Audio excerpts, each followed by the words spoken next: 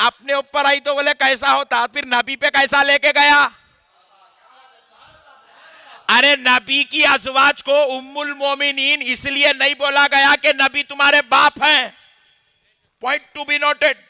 نبی کی ازواج کو ام المومنین اس لیے نہیں بولا گیا کہ نبی ہمارے باپ ہیں. ام المومنین اس لیے بولا گیا تاکہ نبی کے پردہ فرمانے کے بعد کسی کے ذہن میں یہ خیال آنے نہ پائے کہ ہر بیوہ سے نکاح ہو سکتا ہے، ہر بیوہ سے نکاح ہو سکتا ہے. لہذا نبی کی بیوہ سے بھی کوئی نکاح کرنے کی حماقت یا ایسا خیال، ایسا فطور ذہن میں نہ آئے. اس لیے رب نے کہلوایا مصطفیٰ کہہ دو کہ آپ کی ازواج آپ کی امت کی مائیں ہیں، کیونکہ ماں جو ہوتی ہے اس سے نکاح نہیں ہو سکتا ہے.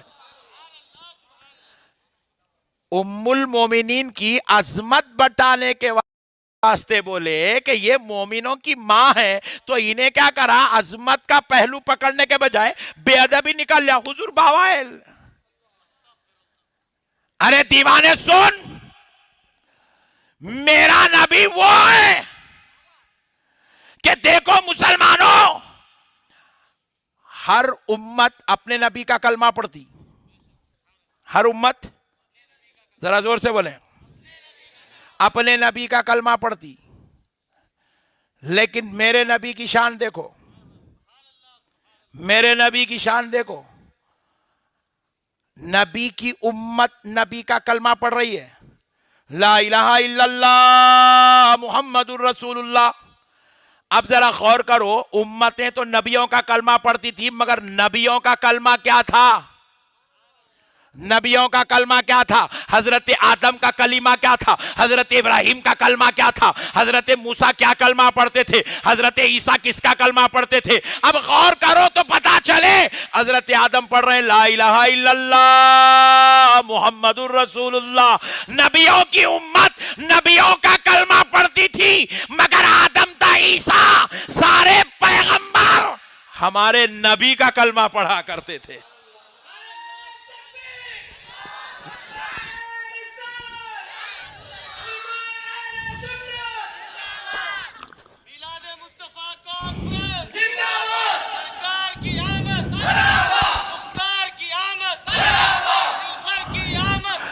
ہمارے نبی کا کلمہ پڑھتے تھے. یہ شان ہمارے نبی کی ہے. حضرت جبریل کا کلمہ کیا تھا؟ حضرت جبریل پڑھتے تھے لا الہ الا اللہ محمد الرسول اللہ.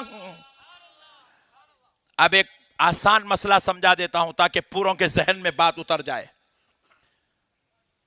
کپل کی مسجد میں، کون سی مسجد مت پوچھو، کپل کی مسجد میں ایک حافظ قرآن نماز پڑھانے کے لیے فجر کی مصلی رسول پر کھڑا ہوا. کس پر؟ مصلی رسول پر، امامت کے مصلی پر کھڑا ہوا. اتفاق سے باوا جان وہ اس بچے کے، اس حافظ قرآن امام کے والد آئے، 2 رکعت سنت پڑھے اور اب جماعت میں مل رہے ہیں. اب کیا نیت کریں گے؟ نیت کرتا ہوں میں 2 رکعت فرض نماز فجر کی میرے بیٹے عبد الرحمن کے پیچھے. بہت سمجھدار لوگ آئے. بابو ذرا بیچ میں ڈسٹرب مت کرو پلیز. بات سمجھ میں آئی؟ تو ایمانداری سے بولو، ایک باپ مقتدی بن کے پیچھے کھڑا ہے تو امام کی جگہ اپنے بیٹے کا نام لیتا؟ ذرا زور سے بولے. سسور جی آئے، نیت کرتا ہوں میں 2 رکعت فرض نماز فجر کی میرے ہر دل عزیز داماد کے پیچھے. بولیں گے؟ بیٹا آیا، بولے نیت کرتا ہوں میں 2 رکعت فرض نماز میرے اپنے باپ کے پیچھے جس کا نام عبد الرشید صاحب ہے. بولیں گا؟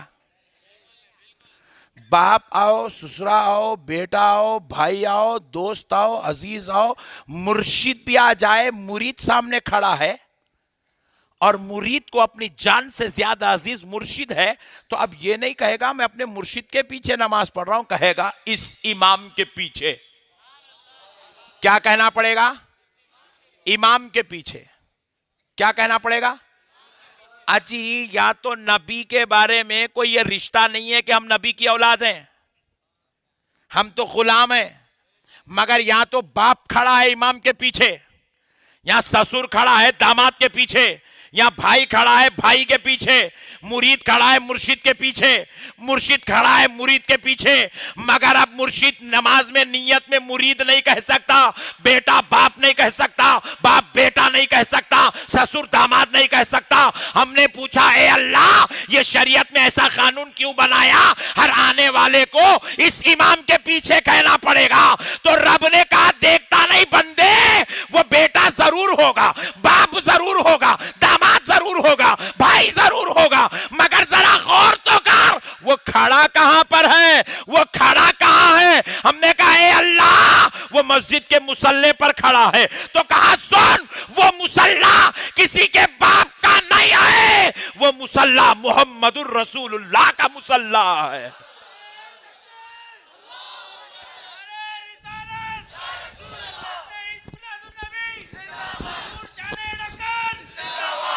نبی کے مصلی پر کھڑے ہو جائے تو اب بیٹا نہیں کہہ سکتے، تو پھر جب نبی کی بات آ جائے تو بھائی کیسے کہہ سکتے ہیں، باپ کیسے کہہ سکتے ہیں؟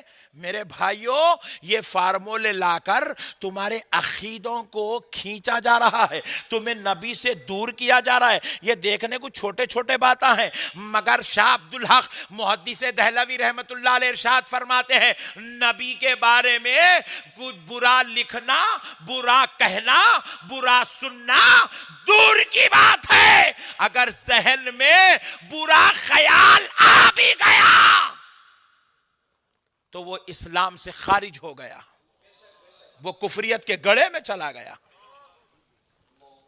پوری محنت اسی بات پہ لگائی جا رہی ہے، کچھ بھی کرو کیا بھی کرو مسلمان کو نبی سے دور کرو، نبی کی عظمت دلوں سے نکالو، نبی کی الفت نکالو، نبی کا ادب نکالو، نبی کا احترام نکالو، نبی کی تعظیم نکالو، نبی کا پیار نکالو۔ ہم سے پوچھا جاتا ہے فاتحہ دے سلام دے، سلام پڑھے تو پوچھے صحابہ نے کیا؟ ارے ظالم ذرا یہ بھی تو بتا 1.5 لاکھ صحابہ میں وہ کون سا صحابی ہے جو ایک لمحے کے لیے کبھی نبی کی بے ادبی کیا؟ جنہوں نے کبھی نبی کے ساتھ نعوذ باللہ کوئی ایسا جملہ کہا ہو جو بے ادبی کی طرف توجہ دلاتا ہو؟ ارے یہ تو صحابہ نے تو دنیا کو کیا سکھایا، ہاتھ جوڑ کر حضور کے سامنے کھڑے رہتے تھے اور کہتے تھے فدا کا ابی و امی یا رسول اللہ، آقا آپ پر میرے ماں باپ قربان۔ کس پہ قربان کرتے میرے بھائی؟ ماں باپ کو۔ آپ اتنے لوگ بیٹھے اب تک اپنے ماں باپ کو کس پہ قربان کرے؟ ذرا بولو آپ ہی قربان نہیں ہوئے تو ماں باپ کو کہاں سے کریں گے؟ مگر صحابہ نہ صرف اپنی جوانیاں نبی پہ لٹا رہے ہیں، نہ صرف اپنا خاندان نبی پہ لٹا رہے ہیں، نہ صرف اپنے رشتہ داریاں نبی پر لٹا رہے ہیں، نہ صرف اپنی اولاد کو نبی پہ لٹا رہے ہیں، کہہ رہے یا رسول اللہ آپ پر ہمارے ماں باپ بھی قربان ہیں۔ میرے بھائیوں ہم سے کہا جاتا ہے صحابہ کرے تھے، صحابہ کرے تھے، ظالموں صحابہ نے کبھی نبی کے علم غیب کا انکار نہیں کیا۔ ایک صحابی لا کر دے دو جس نے نبی کے علم غیب کا انکار کیا ہو۔ 1.5 لاکھ صحابہ میں ایک صحابی لا کر دے دو جس نے نبی کے شفاعت کرانے کا انکار کیا ہو، جس نے نبی کے معراج جانے کا انکار کیا ہو، جس نے نبی پاک صلی اللہ علیہ وسلم کے مختار کائنات مالک جنت ہونے کا انکار کیا ہو۔ ارے ایک صحابی لا کر دے دو جس نے نبی کو اپنی طرح سمجھا ہو، جس نے نبی کو اپنی طرح سمجھا ہو، نعوذ باللہ۔ میرے پیارے بزرگ اور دوستو حد تو دیکھیے، قربان جائیے نبی پاک صلی اللہ علیہ وسلم کی عظمت پر۔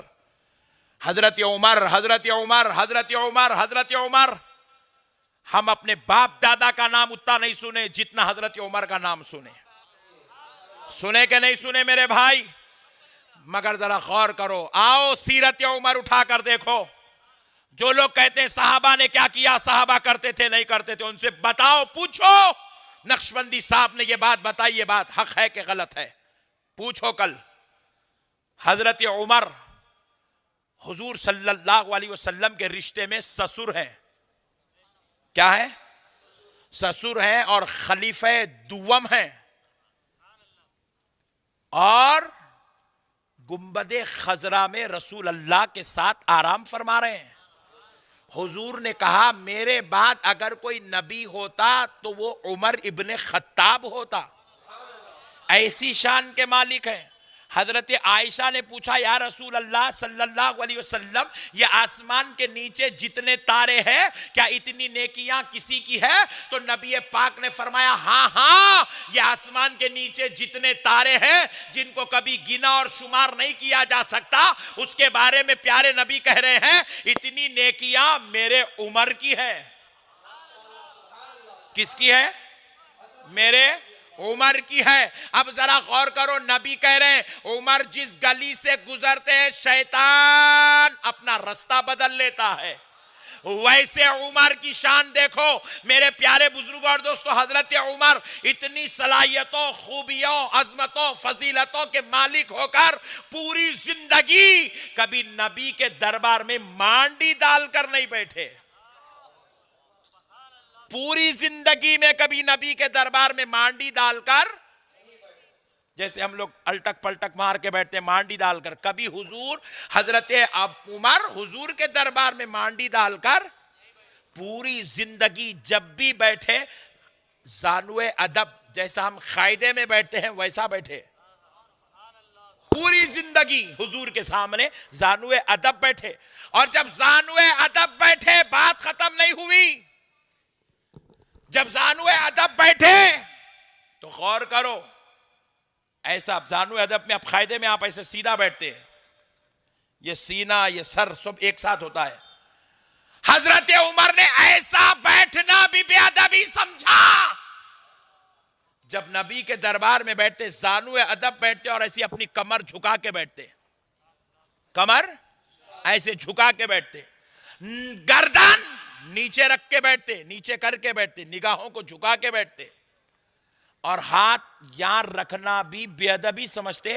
نبی کے دربار میں ہاتھوں کو ایسے جوڑ کر بیٹھتے ایسے جوڑ کے بیٹھتے. کس کا ادب ہو رہا میرے بھائی؟ دربار مصطفیٰ کا ادب ذات مصطفیٰ کا ادب ہو رہا ہے. حضرت عمر نے کی حضرت عمر سے کسی نے پوچھا ہے عمر دربار رسالت میں زانوے ادب بیٹھتے ہو کمر کو جھکاتے ہو گردن کو نیچی رکھتے ہو ہاتھوں کو جوڑ کر بیٹھتے ہو ایسا کیوں بیٹھتے ہو؟ تو حضرت عمر نے کہا تاکہ دیکھنے والے کو سمجھ میں آ جائے کہ ایک غلام آقا کے دربار میں بیٹھا ہوا ہے. یہ تھا میرے بھائی ادب. یہ تھا احترام. یہ تھی تعظیم. یہ تھی محبت. یہ تھا پیار. جب تک یہ پیار زندہ تھا خدا کی قسم مسلمان ہر میدان میں غالب تھا. مسلمان کامیاب تھا. مسلمان سرفراز تھا. مسلمان نعمتوں کے حصول میں آگے آگے تھا. لیکن جب سے یہ ادب ختم ہو گیا یہ احترام ختم ہو گیا یہ تعظیم ختم ہو گئی یہ محبتیں ختم ہو گئی اب مسلمان گلی گلی میں رسوا ہو رہا ہے. چوراہوں پر رسوا ہو رہا ہے. ہر جگہ شرمندہ اور شرمسار ہو رہا ہے. ہر جگہ بک رہا ہے. ہر جگہ سودے بازی کر رہا ہے. فراڈ کر رہا ہے. دھوکے بازی کر رہا ہے. میرے پیارے بزرگوں اور دوستوں کیوں؟ مسلمان کا تعلق مدینے والے مصطفیٰ سے خراب ہو گیا ہے. ادب ختم ہو گیا. احترام ختم. تعظیم ختم. اور کائنات میں اگر کوئی چیز سب سے افضل اور اعلیٰ درجے کی چیز ہے مجھے کہنے دو علم سے بھی زیادہ عبادت سے بھی زیادہ تقوی سے بھی زیادہ اگر کوئی چیز عظمت اور فضیلت والی رتبے والی ہے تو اس چیز کا نام ادب ہے. علم آ گیا ادب نہیں ہے تو کیا کریں گے؟ علم خود عذاب بن جائے گا. نماز پڑھ رہا ہے ادب نہیں ہے تو کیا کریں گے؟ نماز خود وبال بن جائے گی. تقوی والا ہو گیا ادب نہیں ہے تقوی منہ پہ پھینک دیا جائے گا. میرے پیارے بزرگوں اور دوستو بس ایک بات سن لو ادب کے تعلق سے. قرآن اور حدیث کا مطالعہ کرے تو ماں باپ کو سال میں 10 جوڑے بنانا بول کے حکم نہیں ہے. اللہ اگر ایسا حکم دیتا تو پورے غریبہ مر جاتے تھے. کہاں سے لائیں گا 10 جوڑے مہینے سال کو نے؟ اس کو خود کو پہننے 4 نہیں بناتا, اماں باپ کو 10 کہاں سے لائیں گا؟ 10 جوڑے بناؤ, بلکہ قرآن حدیث میں کہیں نہیں ہے. سال میں 1 مرتبہ حج کراؤ, عمرہ کراؤ, ایسا کوئی قانون نہیں ہے. سال میں 1 مرتبہ اپنے ماں باپ کو چاندی میں سونے میں تولو, ایسا کوئی حکم نہیں ہے. اللہ رب العزت نے کہیں پر بھی یہ نہیں کہا کہ بڑا بیٹا ہے انہیں ایک ہی ماں باپ کو سنبھالنا, ایسا نہیں ہے. چھوٹے تو اماں جان کو سنبھال, بڑے تو بابا جان کو سنبھال, ایسا کوئی قانون. کہا کہ ماں باپ ہے. پیارے بزرگوں اور دوستوں, ایسا کہیں نہیں کہا گیا کہ سونے کا ہار بناؤ, چاندی کے چین بناؤ. اللہ نے کہیں ایسا نہیں کہا, رسول نے ایسا نہیں کہا. مگر آؤ قرآن کا مطالعہ کرو تو پتا چلے گا. رب ارشاد فرما رہا ہے اف ولا تنہرہما, خبردار میرے بندے, جب ماں باپ کے دربار میں آئے اف بھی نہیں کہنا, کیونکہ یہ اف کہنا بھی ایک بے ادبی ہے. تمہارے ماں باپ تم کو بولے بیٹے ذرا پانی پلاؤ, ابا کیا دم کر رہے جی, یہ بے ادبی ہے. کیا ہے یہ؟ ذرا زور سے بولو. بے ادب. ہمارے پاس جیسا آج کے زمانے ابا تھٹ شٹ ایسے آوازاں نکالتے, پہلے کے زمانے کے لوگ اف کہتے تھے. تو اللہ کہہ رہا ہے خبردار, ماں باپ کے دربار میں اف بھی کہنا تمہارے ایمان کی بربادی کا, تمہارے آخرت کی بربادی کا سبب ہے. ذرا غور کرو پیارے بزرگوں اور دوستو, اللہ نے قرآن میں ماں باپ کو 10 کپڑے دوڑے بناؤ, ماں باپ کو چاندی بناؤ, سونا بناؤ, حج کو بھی جاؤ, عمرہ کراؤ, یہ نہیں کہا. کہا ادب کرو. کیا کرو؟ ہمارا مذہب کا پورا دارو